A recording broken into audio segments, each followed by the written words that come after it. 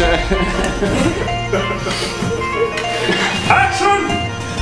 What episode are we? Action! Not drunk. I will answer that after the break. Okay, we will cut down for a moment. I know. That was jokes now. I should probably start this camera over here then. Okay. Really? It's for getting a signal. Hi everyone, and welcome to episode 23 of Knights at the Round Table. Today we are discussing The Amulet of Samarkand by Jonathan Stroud. This is a book about a young wizard, or a young wizard's apprentice, rather, who, as an act of vengeance, summons a demon to do his bidding and gets embroiled in a much larger affair. So we'll start with general impressions of the book. I'm going to start with Lindsay, because she's new. Hello! So yeah, I got this book way back in, I think, 2004, 2005, and it was one of the first books I read after Harry Potter. So I was like, okay, trying out new fantasy. And I fell in love with it. I thought it was very witty, very different, and I loved the writing style and how I'd never seen anything like it before. I also read it a few years ago for the first time and also fell in love. I think you know when a book is going to become a favourite when halfway through you actually have to stop and go and find someone and read a bit to them because it's so good. And I found that I was continually having to do that. Jazz was the unfortunate victim of my reading out loud sessions, and that's how I got her to read it in the first place. So since the first time I read it, I thought it was quite lively, also witty, and just incredibly fun and well done. So I really enjoyed it. Myself as well, I really liked this book. I didn't get a paperback copy of it, unfortunately, in time for this, though I want to add it to my library, so I had the audiobook. And it was read by Simon Jones, who did a fantastic job of reading. But it was 13 hours of sitting and listening, and I would have fared much better if I just had the book, because I'm sure I could have finished it in a day. But yes, it's a great book. The characters are fantastic. I'm not a huge fan of the first-person perspective, but I like that it jumps between first-person and third-person when it's dealing with different characters in each section of the chapter, I guess. And it was witty and very funny at times, and not it didn't talk down to its readers. It's a young adult book with a young protagonist, but it didn't use little words because it's afraid that young people aren't clever enough to understand what's going on. And I really, really, really liked that about the book. Okay. Are there any outstanding moments that anyone wants to talk about? Well, there's the opening scene and Bartimaeus' first arrival. That was a great way to open the book. Like, I started listening and immediately I'm like, ooh, yeah, now this is really fascinating. Good start. Yeah, I was worried too that it was going to be like a typical like genie sort of opening in that character, and then it just sort of breaks down almost immediately with the humor and everything, and just being like, oh wait, no, it's not what you thought. Yeah. Go from the very impressive boasts about his life in Egypt and wherever. Building the walls of Prague. To schoolyard taunts. That was another thing I liked, in that it did bring history into the book, which I always like hearing about, and even if it's in a way that is more fictionalized, but there's like little grains of truth that when you're in like a history class, you can be like, oh, I remember that from this book. Like Samarkand is a place that actually existed. Prior to this even being picked out of the bowl, I watched a documentary on Samarkand.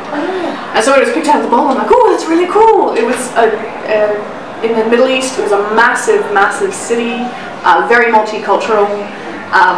It fell into decline after the decline of the Silk Road trade routes, but yeah, it was an actual place. Yeah, I didn't know that until I read this. Well, there you go. So it was an actual place. Yes. Educational book. I really liked that it wasn't a genie in sort of the North American sort of sense. It was a djinn, the D-J-I-N-N. And that made a lot of research went into this book, I can tell, and it makes me happy.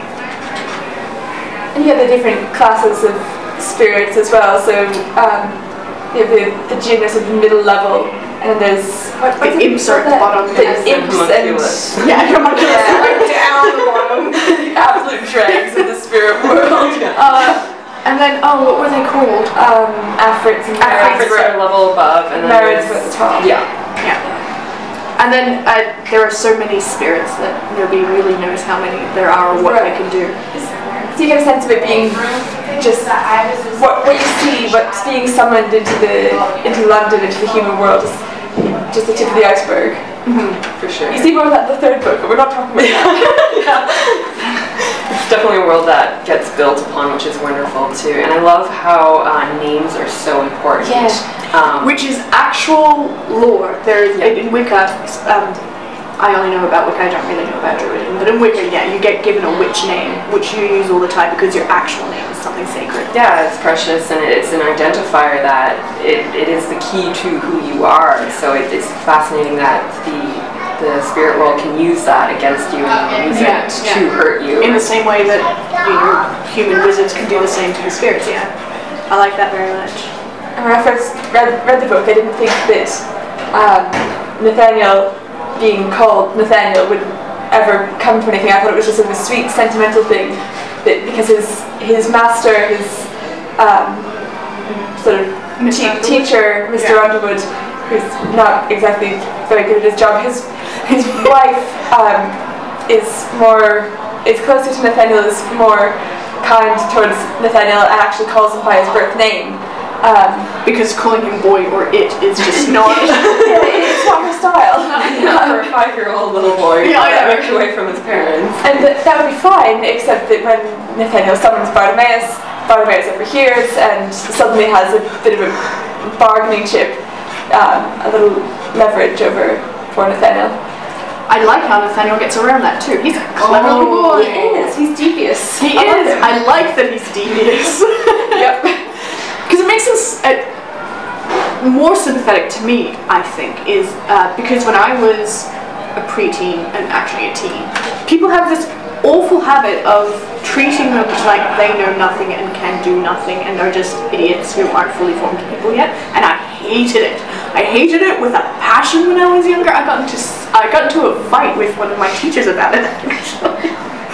So did I. I can sympathise with Nathaniel, who is clearly very talented, clearly very bright, smarter than most of the adults in his life, who is continually being underestimated and then treated like he's some sort of twit all the time. I get why he's such an ambitious git sometimes. And it makes him a worthy adversary for Bartimaeus, which is wonderful. And I think it's what endears him to Bartimaeus, even if it is near the end that he's like, okay, I guess. And it's what makes him ultimately able to defeat Lovelace as well, with Bartimaeus and stuff. It's what gets him into trouble with Lovelace in the first place, but it's also what enables him to defeat, because he's continually underestimated. And it's a good thing that he did get into the altercation with Lovelace, otherwise...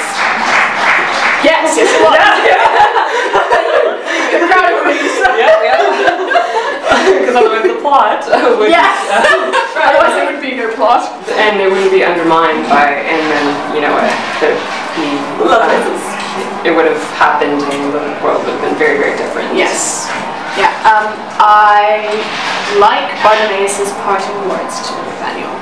That you have something that most wizards do not, a conscience, be careful, don't lose it. And I think that's interesting too, in that his conscience, I think, also sort of becomes Bartimaeus, and Bartimaeus is a part of that too. He becomes like Jiminy Cricket. Yeah, Jiminy Cricket. Well, it's quite an your conscience be your guide. Sorry. Yes. Exactly. You can't really see Bartimaeus willingly taking on that role of a conscience. He seems to pride himself on not being particularly scrupulous about repercussions on other people, but then he compliments Nathaniel on being on giving a toss about other people's lives. So I don't know, Bartimaeus is like, he's kind of a hypocrite in that sense, but he's... Well, there was Ptolemy, right? There was Ptolemy. He loved very much. Yes. So also, there's a precedence for it. Yeah, he didn't devour anyone. Like, he was talking about how Jabbar liked to just devour people, and then he when they took over the grocery van to get into the hall, he didn't kill the grocer and his son. He just put them aside and made sure he even made a footnote about how he didn't like devouring people because it ruined his essence. It made it feel really gritty and stuff, which is, I think, very fascinating in that maybe that is sort of his morals coming through and he just doesn't really realize it. He just makes it sound like a self-serving thing. Yeah, but it's not actually. I think he actually does. We're on to him. So, speaking of Nathaniel's conscience, I think maybe not enough credit is given to Mrs. Underwood for that. Because she referred to Nathaniel by his name and was kindly and gentle. And his art teacher too. Yes. And his art teacher, yes. That he understands what caring for other people is about. Because he was ripped away from his parents at such a young age, and Mr. Underwood was useless. He referred to him as the boy or as it, which, is horrifically dehumanizing. And that's, I think, one of the recurring things that keeps cropping up. The more you dehumanize whatever is of lower status than you, whether it's a person or a spirit, the more that's going to come around to you eventually. And throughout the book, there's, the spirits are, because we see it from Bartimaeus' point of view, we get to see them as more well-rounded, I suppose, whereas the magicians all just view them as slaves. Demons and slaves, which if they aren't properly controlled will break out and kill you and eat you, which is probably true because they're treated like things that will kill you and eat you if you have no chance. Yeah. So it's also being enslaved is never fun. Exactly. And all the punishing spells that they have and the constrictions and it would be horrific to have been one of the summoned jinn, really. And they've been imprisoned for thousands of years, and so it all builds up in their hatred for magicians. And I'm not sure, I don't think it really comes into play in this book, but even just commoners as well, like what their thoughts are on the non-magicians too, but their hatred. They do mention, how the commoners are just commoners and not worth bothering about. The magicians are just like, they're almost worse than the spirits that they work with. They're terrible. They really are horrific and greedy. That half the point of the end scene was all the trappings of greed and the ostentatiousness that wizards seem to be attracted to. Exactly. We were talking about the theme of underestimating people earlier. It's Nathaniel's underestimated by all of his elders, but the commoners are constantly underestimated by the magicians, which comes into play in the later books. And the spirits themselves, they're not underestimated in terms of power, but it's all viewed by the magicians as power that they can use. And the fact that they're thinking entities is... it's their agency that's underestimated. Yeah, is underestimated. Just completely ignored by most of the magicians. Yeah, was there anything that people didn't like about this book? Because, speaking as somebody who had it read to me rather than reading it myself, no footnotes! The footnotes are such a joy to read. They were read, but they just weren't marked as footnotes. And part of the humor, I think, of reading a footnote like that is the fact that it's included as a footnote. And as far as getting into a non-human's head goes, Bartimaeus is thinking on several planes of thought at once, and footnotes, he explains, are the best way that he can get across to us what it's like thinking the way he does. Which sort of matches like that he can also view seven planes, so there's all those levels of interaction that he's also expressing through his thought and how he expresses himself. And I liked that the footnotes, they weren't always just humorous asides, they were also, here's some added history to help you understand. And like actual academic accomplished. More boasting. Sort of a show off. That's sort of why I liked Bartimaeus as a character very much, because he was such a snarky, sarcastic show off. It's just interesting, made me happy. I like too that I was always upset when Bartimaeus' parts ended, and I was like, oh, we're back to third person. But then I got attached to the third person parts, and I'm like, oh no, we're back to first person. But then so that just kept me more enthralled into it. So I'm like, oh, okay. It's surprisingly engaging to switch it up like that. And I'm not a fan of first-person perspective at all. I don't like it, but I didn't mind it so much in this.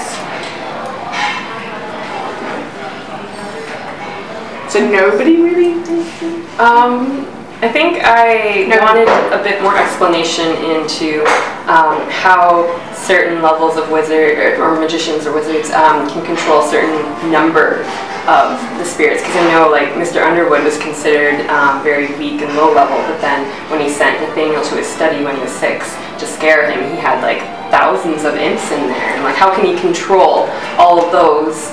And like magicians have like I think Simon Lovelace, they mentioned that he had an imp being a chandelier, and then he had all these other ones, and like how does that work? Do you have to be like concentrating on all those spirits at all times, or can you just give an one-off command and they're stuck in that? Like so I'd like to know a bit more about that. Yeah, see, I always just assumed that it was because people were continually also underestimating Mr. Underwood. Oh. Because he wasn't ostentatious about his displays of power, and he lived relatively modestly and didn't trim his beard nearly so much as he ought to have. He wasn't as sharply dressed as sharply dressed, yeah, in his pajamas. But Tom wanted to know more. This is resolved in the later books, but I remember the first time I read this book, and I hadn't read the sequels yet, I really wanted to know more about Ptolemy. Yeah. Because Barnabas kept talking about Ptolemy, and Ptolemy being this great exemplary person that he loved, and I thought, what had he done to make this natural enemy of his love him? I do want to know more about Ptolemy. Yes, you should. Because it's awesome, I'm assuming? Yeah, okay. You would love Coderre too. Would I? Is he snarky? No, just very lovable. Well, we'll see. Yes. I think one part that some people might not like about the book is the amount of detail they go into describing the surroundings. Now, I fell in love with that because I was viewing it as this would be so easy to make into a movie, because all the description part of a script is there. So he would walk into the room and then he describes like what's on the bedside table, and I'm like, wow, that, you know, as a filmmaker that would be amazing. Just okay, here's all the information for the set dresser and all that. But I know some people wouldn't like that amount of detail, but I thought it added to it because I can really visualize. I have to agree. Not only did it help with the visualization of the settings, but also sometimes there's artifacts that were mentioned come in handy. That's true. And are actually part of the story. So yeah, I agree. I do like the amount of description. I mean, it wasn't Tolkien-esque. Oh no. It's like pages and pages and pages about one leaf on a trefoil on some carving in Dwellendorf or something. It was important carving. Cultural significance. But yeah, I do. I like filling the setting. I particularly remember when Bartimaeus was going after the bearded man, the assassin. Yes. And there was all these sorts of descriptions that were kind of humorous. Particularly, you know, with the amorous god and the dolphin. Oh yes. Oh man. Inadvisable. But when I read that, that scene in particular is just so true to the character, I think. Because Bartimaeus is thinking on so many places all at once, of course he's going to notice everything. And, and as well as Nathaniel, he's an observant kid. He's going to see details. So I like that we got those details. It felt like we were seeing things more through the character's eyes. Yeah, for sure. Yeah, I agree. It is a bit of... I'm surprised at how thick it is. It's actually the smallest of the 3 books. Yes. Is it? Oh god, it's a bit like Erickson. You start off with a book like this and by the end the book's like this. So there are 3 books in the series then? 3 and then a prequel that came out after. Oh yeah. I don't remember the name right now. The Ring of Solomon. Yes, that's it. Yeah. I'm glad you're on this panel. I love these books. Yeah, definitely something I want to add to my library. Do you think, I was reading a review on it, and they mentioned that it was a very good book for young boys, especially in the 12 to 13 age group. And I was kind of like, well, it's good for all 12 to 13-year-olds and girls would very, very much enjoy this as well. Yeah, well, yes. You don't have to have a protagonist of the same gender to be able to enjoy the story. The one thing I would say is that a lot of young boy books tend to be more like action oriented, and the heroes tend to be dumber. And so to have a really clever and devious protagonist, as opposed to somebody who can swing a sword effectively. Exactly. And Nathaniel, frankly, is kind of useless in a fight. So, so I think that's a nice, refreshing change anyway. Okay, so does anybody have any final thoughts before we go on to marking this out of 5? Well, it's interesting to read it again after reading the rest of the series, because you realise just how little you know in the first one. Things that turn out to be important, things that look like they're going to be important but then don't, and characters that are sort of mentioned in passing that end up being quite main characters in the next one. Does Kitty even have a name in this book? Yeah, it is mentioned. Oh, okay. But she's just in that one scene. Yeah, and then she ends up being far more significant later on. Yeah, so it's interesting rereading the first book of a trilogy that you've read. Yeah, and it's definitely an easy reread too. And I had to wait a long time for the sequels because I read it right away, and it was easy to just. I reread it several times and then again after, and so it is one that you want to buy as opposed to just get it out of the library. Because I got it out of the library and then I bought it so I could reread it because I needed to. Yeah. I like this book very much, mostly because it doesn't talk down to its young readers. It's a young adult book, but it's not afraid to use words like supercilious. And that makes me very happy, so...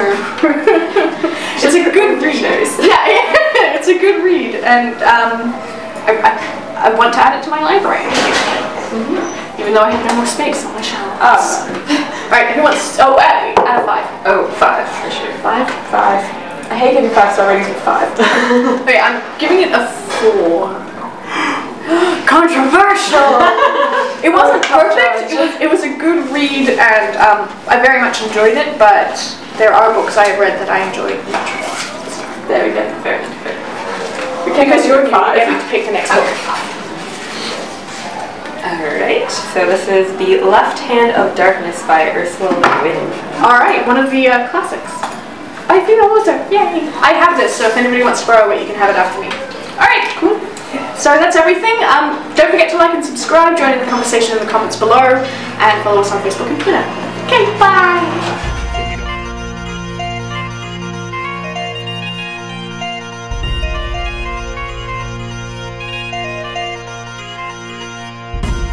Are you satisfied?